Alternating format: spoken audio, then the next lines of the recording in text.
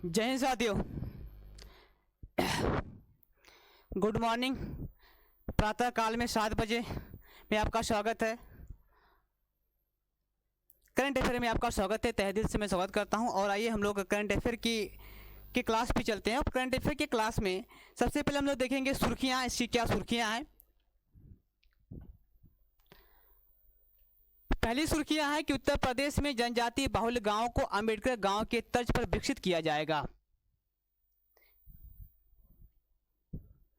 विश्व पर्यटन दिवस पर भारत के किस राज्य को भारत की आध्यात्मिक और धार्मिक परंपरा का हृदय स्थल कहा जाता है। भारत नेपाल का सबसे बड़ा व्यापारिक देश बना। भारत में हमारे संयुक्त समिति की 8वीं बैठक कहां पे हुई। शतरंज टूर्नामेंट ओलंपिक 2024 का आयोजन जो हुआ उसमें कौन विजेता बना। भारत के लोग कौन लोग स्वर्ण पदक जीत के लेके आए हैं। और इसी के साथ मोटिवेशनल शब्द, अगर जीवन में सफलता प्राप्त करनी है तो मेहनत पर विश्वास करें। किस्मत की आजमाइश तो जुए में होती है। बिल्कुल सही बातें हैं। किस्मत की आजमाइश तो जुए में होती है। हमें जुआ नहीं खेलना है, हमें अपनी पढ़ाई करना है। और इसी के साथ हम लोग बात करते हैं, सीधे पढ़ाई पे आते हैं। और एक एक मिनट एक एक सेकेंड का आपका समय का ध्यान दिया जाएगा। पहला क्वेश्चन है आपकी स्लाइड पर, देखिए और पढ़िए, जवाब दीजिएगा। उत्तर प्रदेश में कितने जनजातीय बाहुल्य गांवों को डॉक्टर अंबेडकर के तर्ज पर विकसित किया जाएगा। दरअसल बात है कि डॉक्टर अंबेडकर गांव के तर्ज पे विकसित किया जाएगा। इसके पहले आप देखेंगे कि 14 सितंबर 2007 में बसपा के द्वारा यानी कि मायावती के द्वारा है यह ग्रामीण विकास की योजना शुरू किया गया था एससी और एसटी के लिए। लेकिन यहाँ पे वर्तमान में क्या एसटी के लिए बातें कही गई है। किसके लिए बातें कही गई है तो एसटी के लिए कही गई है। कहेंगे कि यह योजना किसके लिए है तो एसटी बाहुल क्षेत्रों के लिए है। ठीक है ना। यह योजना क्या बोलेंगे, यह योजना किसके लिए, एसटी बाहुल्य क्षेत्रों के लिए, बाहुल्य क्षेत्रों के लिए। किसके लिए, एसटी बाहुल्य क्षेत्रों के लिए। अब बाहुल्य क्षेत्र किसके लिए, जिसकी जनसंख्या पर जिस गांव की 50% जनसंख्या होगी, कितना 50% जनसंख्या होगी, वह उसी के लिए किया जाएगा। बातें करेंगे कि यह योजना कहां कहां पे किया जाएगा। तो सबसे पहले क्या है, 17 विभाग हैं इसके लिए। कितने हैं, 17 विभाग हैं। और 17 विभाग इसके लिए काम करेंगे। और 17 विभाग के साथ साथ आप देखेंगे कि 47 ब्लॉक इसमें काम करेंगे। ब्लॉक किसमें काम करेंगे, 47 के 47 ब्लॉक पर क्या है, लागू किया जाएगा। सर्वप्रथम पहली बार किया जाएगा। उसके बाद ये क्या करेंगे, यूपी के कितना है, यूपी के 26 नहीं 26 जिलों में इसे लागू किया जाएगा। कहाँ पे कहेगा, लागू किया जाएगा। बाद में हर जगह किया जाएगा, लेकिन जहाँ पे वो होंगे तहाँ पे। इसके बाद कहेंगे कि यह क्या नाम है, कि यह डॉक्टर अंबेडकर, क्या सकते हैं कि अंबेडकर गांव के तर्ज पर विकसित किया गया है। तो कहेंगे डॉक्टर अंबेडकर गांव का तर्ज क्या था, तो आप कहेंगे कि 14 सितंबर कब 2024 को, माफ करेगा, 14 सितंबर 2007 में क्या हुआ था, 7 में क्या है, बसपा के द्वारा, बीएसपी क्या बोलेंगे, बीएसपी के द्वारा इसे लॉन्च किया गया था। इसी के तर्ज पे बनाई जा रही अब बातें करेंगे कि 26 जिला है, 47 ब्लॉक है। तो एक बात और कहेंगे, हमारे यूपी बोले तो उत्तर प्रदेश में क्या बोलेंगे, उत्तर प्रदेश में कुल कितने हैं तो 75 जिला है। कितने जिला है तो कहेंगे कि 75 जिला है। यदि हम लोग बातें करेंगे कि ब्लॉक कितना, तो कहेंगे कि यहाँ पे जो ब्लॉक है, ब्लॉक कितने ब्लॉक हैं तो कहेंगे कि उत्तर प्रदेश में 826 ब्लॉक है। कितने ब्लॉक है तो कहेंगे 826। बोलेंगे कि 351 तहसील है। कितने हैं, 351 तहसीलें हैं। कितने हैं, 351 यहाँ पे तहसीलें हैं। और कहेंगे कि उत्तर प्रदेश को, किसको, यूपी को क्या कहेंगे, यूपी को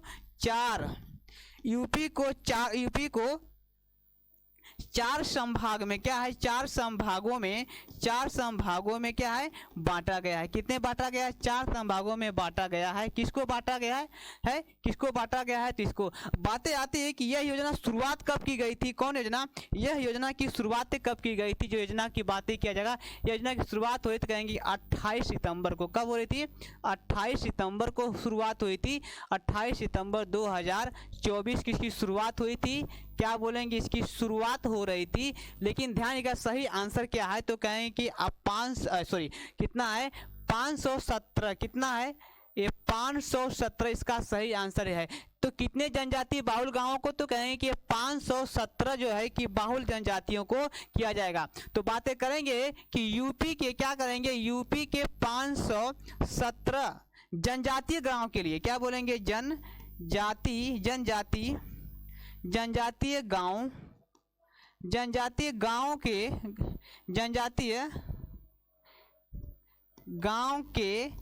गांव के लिए, ठीक है ना। यह क्या नाम है, यह योजना शुरू किया गया है। शुरू किया गया है किसके लिए, यह योजना।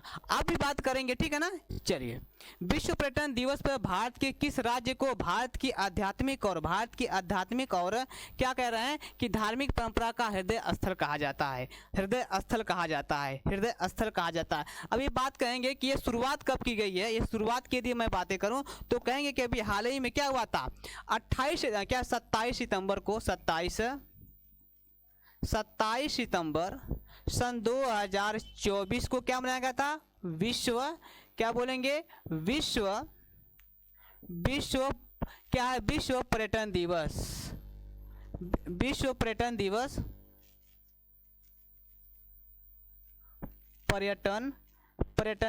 कौन दिवस, विश्व पर्यटन दिवस। आप सभी लोग जानते हैं कि 27 सितंबर को मनाया था, लेकिन हम लोग एक बात जानते हैं कि 25 जनवरी को क्या है, 25 जनवरी को राष्ट्रीय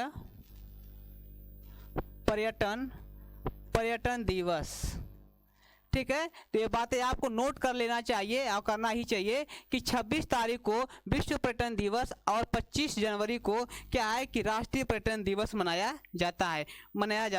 और इसी के दिन, किस दिन, इसी के दिन 27 वाले की बातें कहेंगे। 27 वाले दिन के विश्व पर्यटन दिवस पे भारत के किस राज्य का आध्यात्मिक और धार्मिक परंपरा का हृदय स्थल कहा गया है, तो कहेंगे कि उत्तर प्रदेश को कहा गया। क्या है, तो कहेंगे कि पर्यटन दिवस पर क्या है, दिवस पर क्या किया गया था, यूपी को कहा गया है। यूपी को कहा गया है। आंसर सही आपको दिखेगा यहाँ पे, क्या नाम है यह आंसर, राइट आंसर क्या होगा आपका, यह हो गया, क्या यह आपका आंसर हो गया, ठीक है ना। चलिए अब बातें हम लोग करेंगे, ठीक है, कि यूपी में देखिए, यूपी में 2023 में लगभग 48 करोड़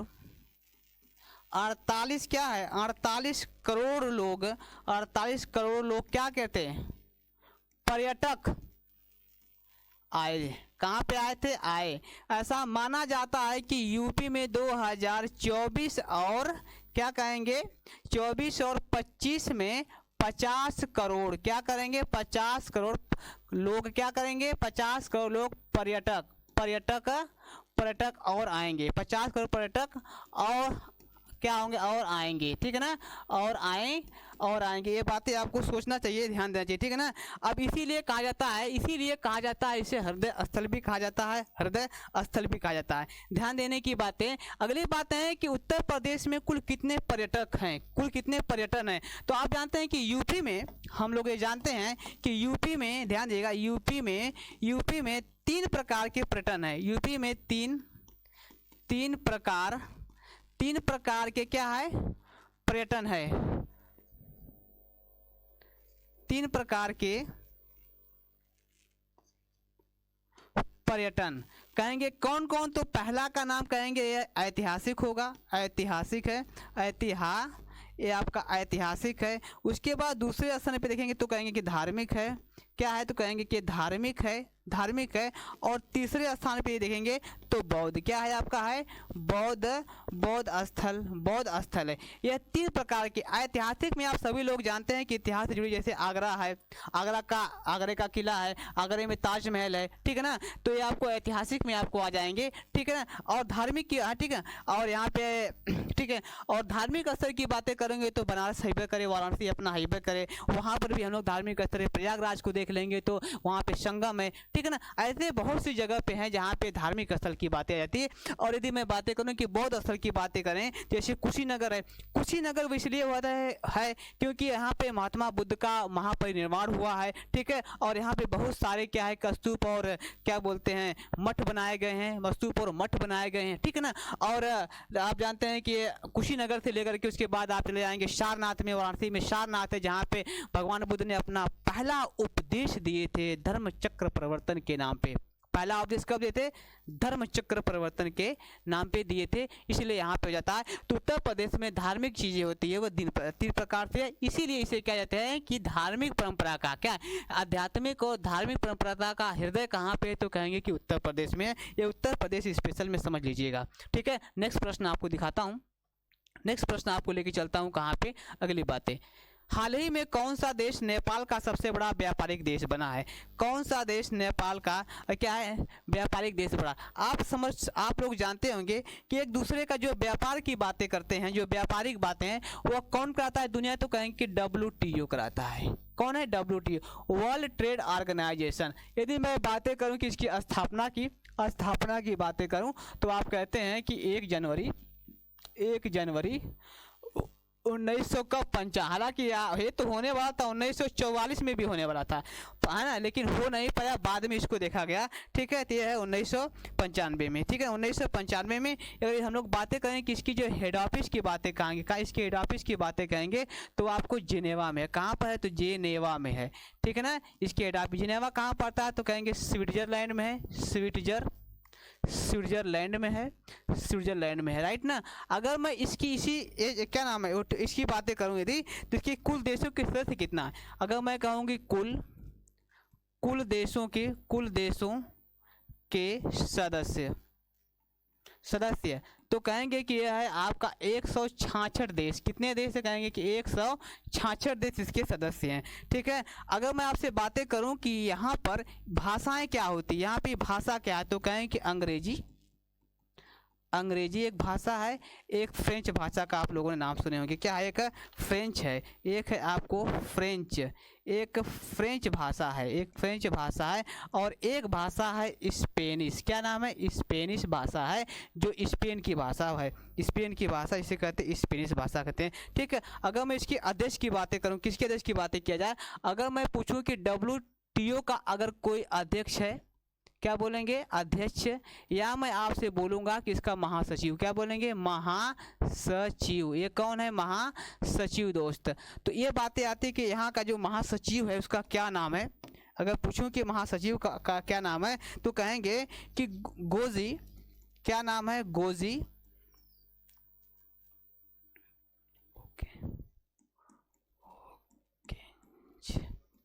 ओकेंज, ठीक है ना, ओकेंज, ठीक है ना।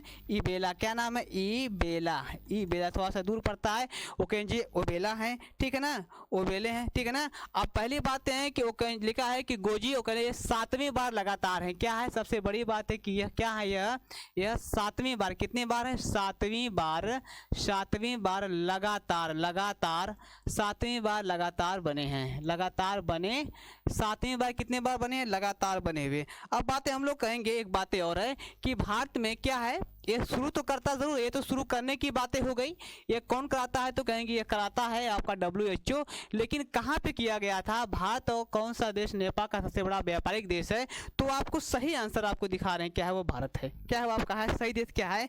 भारत है। अब ये बातें कहेंगे नेपाल के बारे में, बातें कहेंगे नेपाल के बारे में, तो नेपाल का पड़ोसी देश है। क्या है यह? क्या है यह? भारत का, यह भारत का क्या है? भारत का पड़ोसी देश है, भारत का पड़ोसी देश है। आप लोग सभी लोग जानते हैं ये भारत का क्या है? पड़ोसी देश है, ठीक है। इसकी जो सीमा है, क्या है इसकी सीमा है, ये कितना 1851 किलोमीटर है। और इस सीमा को कहते क्या, इस सीमा को क्या कहते हैं, तो कहते हैं डुरंड रेखा कहते हैं। क्या कहते हैं, डुरंड, क्या बोलते हैं इसको, डुरंड रेखा के नाम से जानते हैं, डुरंड रेखा के नाम से जानते हैं। आप लोग सभी लोग जानते हैं कि नेपाल से क्या है, नेपाल से भारत के कितने 5 राज्य, क्या नाम है, 5 राज्य सटे हैं। कितने सटे हैं, 5 राज्य सटे हैं। कहेंगे कौन कौन, 2 3 4, यूपी मतलब उत्तराखंड, यूपी मतलब उत्तर प्रदेश, फिर कहेंगे कि ये बिहार है, क्या है आपको, बिहार है। और 4 नंबर पे यदि हम लोग बातें करें तो आप कहेंगे कि पश्चिमी बंगाल है, क्या है, पश्चिमी बंगाल है।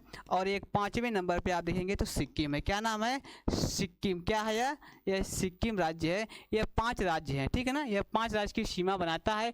5 राज्य क्या करता है इसकी सीमा। अगर मैं आपसे बोलूँ कि नेपाल के प्रधानमंत्री और राष्ट्रपति कौन है, तो कहूँगा कि नेपाल के पीएम क्या है, और यहाँ के राष्ट्रपति क्या है, यहाँ के राष्ट्रपति कौन है। और एक बात आपसे पूछूं कि यहाँ की मुद्रा क्या है, तो आप कहेंगे कि सर नेपाली, क्या है, नेपाली रुपया है, यहाँ की नेपाली रुपया है। यदि मैं ये पूछ लूँ आपसे कि यहाँ के यदि राष्ट्रपति के क्या नाम है, यहाँ के पीएम की बात यदि करूँ, तो यहाँ की पीएम की मैं यदि बातें करूँ तो यहाँ के पीएम कौन है, एक मिनट, केपी शर्मा ओली है। कौन है यहाँ पे है, तो कहेंगे कि केपी शर्मा, कौन है, केपी शर्मा ओली, क्या नाम है, केपी शर्मा ओली का यहाँ के प्रधानमंत्री हैं, यहाँ के प्रधानमंत्री हैं। और रामचंद्र, यहाँ के रामचंद्र कौन है, रामचंद्र पौडले, क्या नाम है, पौडेले, रामचंद्र पौडेले क्या हैं, यहाँ के राष्ट्रपति हैं। यहाँ के राष्ट्रपति किसके राष्ट्रपति हैं,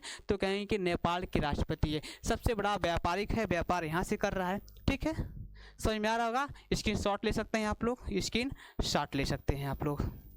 राइट पे नेक्स्ट क्वेश्चन देखिए, ये तो आपका रहा थोड़ा सा ये नेपाल का है कि सीमाओं के बारे में कि नेपाल कहाँ पड़ता है। तो आप देखते हैं उत्तर प्रदेश, बिहार है, ये आपका पश्चिमी बंगाल, ऊपर देखेंगे तो आपका सिक्किम राज्य है, यहाँ पे उत्तराखंड है, ठीक है। ये इसकी दूरी के बारे में बताया है, आगे देखते हैं। चलिए नेक्स्ट प्रश्न है, चौथा प्रश्न है कि भारत म्यांमार संयुक्त समिति की 8वीं बैठक कहाँ हुई थी। 8वीं बैठक कहाँ पे हुई थी, तो कहेंगे कि 8वीं बैठक कहाँ पे। मैंने इसके प्रश्नों का जवाब आपको दिए कि नहीं दिए, पीछे वाला सवाल का जवाब आपका दे दिए थे, कोई बात नहीं है। चलिए, तो भारत म्यांमार संयुक्त समिति की 8वीं बैठक कहाँ पे हुई थी। अब ये कहेंगे कि 8वीं बैठक क्या है, तो 8वीं बैठक यदि मैं बातें करूँ, यदि मैं 8वीं बैठक की बातें करूँ, तो भाई साहब ये 8वीं बैठक की बातें करूँ, ये बिम्स्टेक की बातें कर रहा है। किसकी बातें कर रहा है, वह बिम्स्टेक की बातें कर रहा है। और आप जानते हैं कि इसी की बैठक, ये क्या है, बिम्स्टेक का मतलब होता है बे ऑफ बंगाल इंस्टीट्यूट, क्या है, इंस्टीट्यूट फॉर मल्टी, ठीक है ना, सेक्टोरल्स टेक्निकल्स एंड इकोनॉमिक, ठीक है, कोऑपरेशन। ये आपको बिम्स्टेक, ये क्या करते हैं, यह क्या है, तो सा समझिए, यह क्या है, इसको समझिए। यह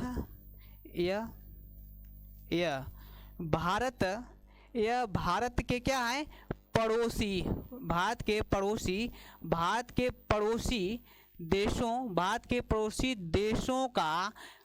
पड़ोसी देशों का क्या है, समूह है, क्या है, समूह है। इसमें कुल 8 देश आते हैं, समूह है। इसमें कितने देश आते हैं, तो कहेंगे कुल कितने, तो कहेंगे कि 8 देश। कितने देश हैं, कहेंगे 8 देश। 8 देश कौन कौन है, थोड़ा समझिए। पहला, दूसरा, पहला है आप कहेंगे कि पाकिस्तान को रख लिया जाए, पाकिस्तान अपना पहला भारत रहेगा। सुनिए, भारत,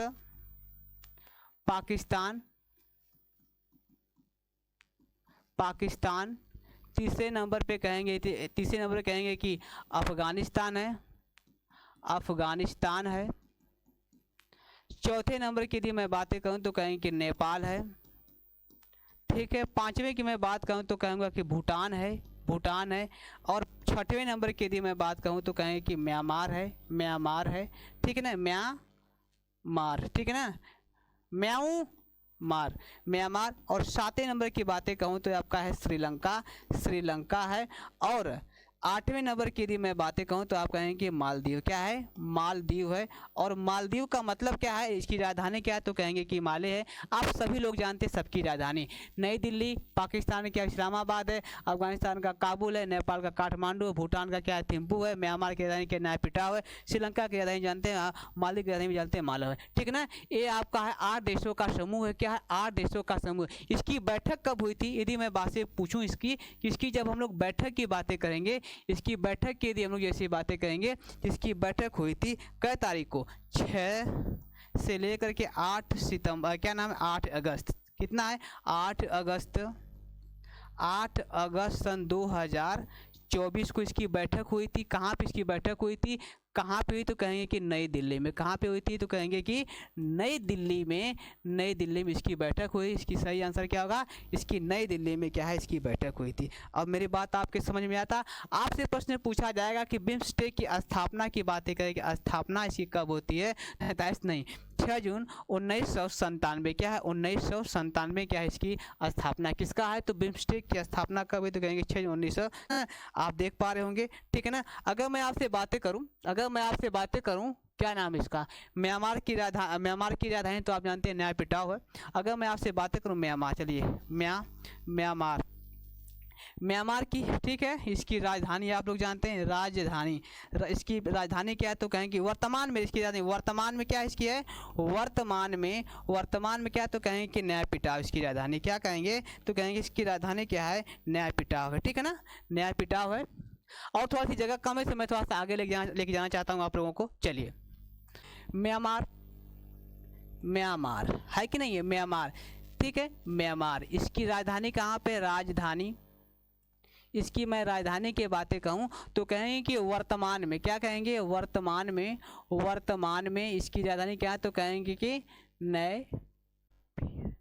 नयपिडा। ठीक है ना? नयपिडा इसकी राजधानी है। और ये जो राजधानी बनी है, कब बनी है? तो कहेंगे कि जो अगर राजधानी की बातें करेंगे, बनने की बातें कहेंगे, तो जो इसकी राजधानी 21 मार्च सन 2006 को। क्या हुआ? 21 मार्च सन 2006 को इसकी ये बनी। लेकिन कहेंगे कि इसकी पुरानी राजधानी क्या है? इसकी पुरानी राजधानी इसकी रंगून थी। इसकी राजधानी क्या थी? रंगून था, रंगून। और रंगून बहुत काफ़ी दिन तक था। और यह कब तक रंगून थी? तो कहेंगे कि यह भी आपका था 2005 तक की इसकी राजधानी बनी रंगून थी। कब तक थी? 2005 तक इसकी राजधानी रंगून बनी रही थी। यह अगर मैं बातें करूं इसकी किसकी? म्यांमार की मुद्रा की बातें करूं, यदि इसकी मुद्रा की बात करें तो इसकी मुद्रा क्या आपका है? तो कहेंगे क्यात है। क्या नाम है? यह आपको क्यात इसकी मुद्रा है। इसकी मुद्रा यदि मैं आपसे कहूँ कि यहाँ का जो पीएम है यानी कि मुख्यमंत्री, प्रधानमंत्री, वो कौन? तो कहेंगे मिन आंग। क्या नाम है? मिन आंग हुआंग। क्या नाम है? मिन आंग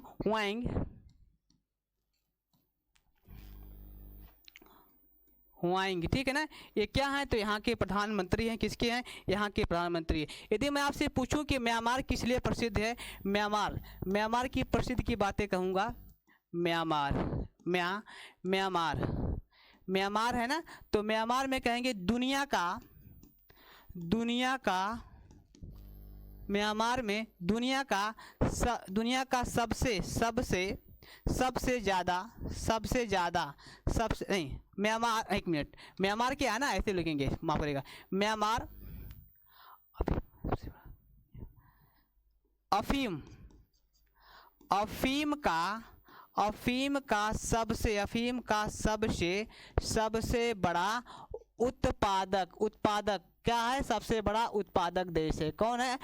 अफीम का सबसे बड़ा उत्पादक कौन सा देश है? कहेंगे कि म्यांमार है। ठीक है ना? और कहेंगे कि म्यांमार सबसे बड़ा अफीम का उत्पादक देश है। और आप देखेंगे कि यहीं पे बंगाल की खाड़ी में क्या था? बंगाल की खाड़ी में, ठीक है ना, मैकांग, क्या है? मैकाग नामक क्या हुआ था? एक चक्रवात आया था। एक चक्रवात आया रखा था। और इसका नाम किसने रखा, तो कहेंगे कि इसका नाम किसने रखा, तो कहेंगे कि म्यांमार ने इसका नाम रखा था। कौन रखा था, यह। और ये प्रभावित किसको किया था, तो कहेंगे बंगाल की खाड़ी को इसने क्या कहा था। और ध्यान दीजिएगा, जब ये आया था चक्रवात, तो भारत ने क्या किया था, भारत ने एक क्या किया था, मिशन बनाया था, मिशन चालू किया था। तो कहेंगे चक्रवात के लिए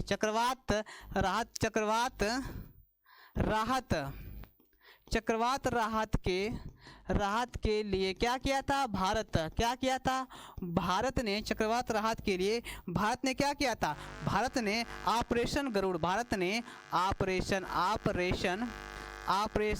क्या है, ऑपरेशन गरुड़ चलाया था, याद करेगा, चलाया था, ठीक है ना, चलाया था। नेक्स्ट प्रश्न, पहला प्रश्न है कि शतरंज टूर्नामेंट में ओलंपिक का 45वां संस्करण भारतीय महिला ने किस देश को हरा करके स्वर्ण पदक जीता है, ठीक है ना, देखेंगे। आइए, शतरंज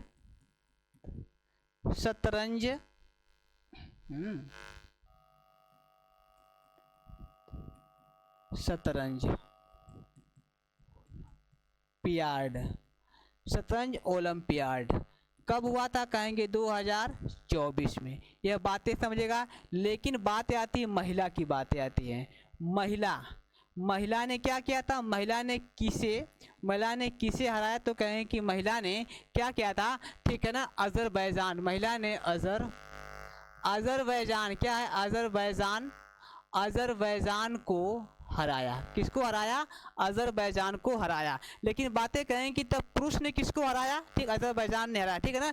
इस शतरंज में कहते हैं कि इस शतरंज में दो लोग क्या कहते हैं, दो लोगों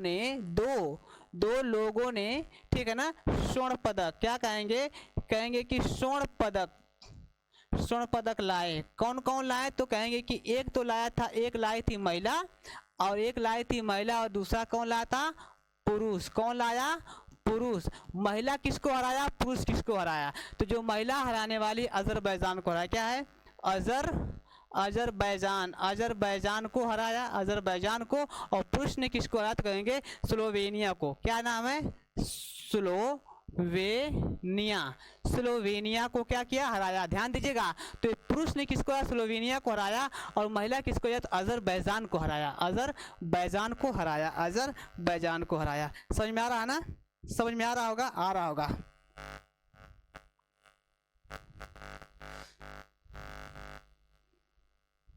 ठीक, चलिए अब बातें करेंगे कि दुनिया में अजरबैजान और स्लोवेनिया कहाँ पर है, तो यहाँ पर है, देख लेंगे। ये आपका अजरबैजान है, आपका क्या है, ये आपका देखेंगे अजरबैजान यहाँ पे रहा, ये है आपका अजरबैजान है, ये अजरबैजान है, ठीक है ना, यह अजरबैजान है। और यूरोप का क्षेत्र है, ये भी क्या है, आप देख रहे होंगे कि अजरबैजान है, ठीक है ना। यह मध्य एशिया का क्षेत्र है, अभी ये इराक है, ये ईरान है, ये सऊदी अरब है, क्या ये सऊदी अरब है, ये क्या है आपको तुर्किस्तान है, ठीक है ना। और यहीं बगल में क्या अजरबैजान है, लिबनान यहीं पे आपका पता है, जॉर्डन यह देखिए यहीं पे दिखाई दे रहा है आपको, ये अपना प्यारा सा भारत आपको दिखाई दे रहा होगा, ये अपना छोटा सा भाई क्या है, पाकिस्तान आपको दिखाई दे रहा होगा। यहीं पे आप देखेंगे कि ये आपको एक चीज़ दिखाई देगा, ये क्षेत्र आपको दिखाई दे रहा है। यहीं पे आप देखेंगे ये चाइना भी आपको दिखाई दे रहा होगा, ठीक है ना, चाइना, ये मंगोलिया, ये रसिया है, ये कजाकिस्तान है। तो यहाँ पे रहा आपका अजरबैजान, कहाँ पे, तो कहेंगे कि यहाँ पे रहा आपका अजरबैजान। बातें करते हैं कि यह क्या है, ठीक है। स्लोवेनिया कहाँ पर है, स्लोवेनिया दुनिया में देखिए, ये आपका भारत है, ये हमारा भारत है। और आप देखेंगे कि आपका इधर इस एरिया में क्या दिखाई दे, यूरोप का एरिया ये है, और यहाँ पे स्लोवेनिया है। कहाँ पर है, यहाँ पे स्लोवेनिया है। और बड़ा चित्र देखेंगे तो यहाँ पे स्लोवेनिया है। ऊपर देखेंगे तो ऑस्ट्रिया है, यहीं पे हंगरी आपको दिखाई देगा। और यहीं पे क्या है, आपको क्या है, इटली दिखाई दे रहा है, आपको इटली यहीं पे आपको दिखाई देगा, ठीक है ना। तो इस प्रकार से यहाँ पे आपको जो दिखाई देने वाला है ये है, ये आपको अफ्रीका दिखाई दे रहा है, तो इस स्थान पे है। तो ये है पुरुष ने यहाँ से जीता है, महिला यहाँ से जीती है, पुरुष यहाँ से जीता है, महिला यहाँ से जीता है। ठीक है, चलते हैं अपने नेक्स्ट प्रश्न पे। मुझे लगता है कि ये प्रश्न खत्म भी हो गया है अब आपका। ठीक है ना, प्रश्न आपका खत्म भी हो गया। इसी के साथ आज की क्लास आपकी। Thank you. Okay, bye bye.